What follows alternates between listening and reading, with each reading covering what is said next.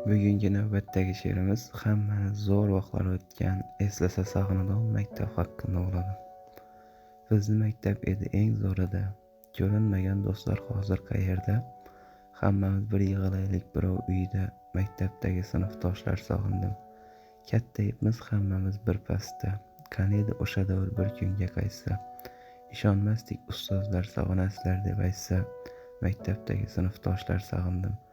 Erta bilan borib sira qolmasdik, ba'zi kunlar futbol o'ynab tolmasdik. Bilmaganni ustidan ham kulmasdik, maktabdagi sinfdoshlar sog'indim. Ko'plar juda sho'x edi hozir ham shunday, shuncha yillar o'tibdi oddiy bir kunday.